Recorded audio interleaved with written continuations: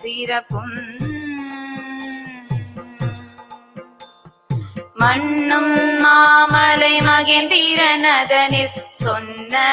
ஆகமம் தோற்றுவித்தருளி கல்லாடத்து கலந்திருந்தருளி நல்லாளோடு நயப்புற எய்தியும் பஞ்சபள்ளியில் பால்மொழி தன்னோடும் என்றது ஈண்டும் இன்னருள் விளைத்தும் ராத வேடமோடு கிஞ்சுகவாய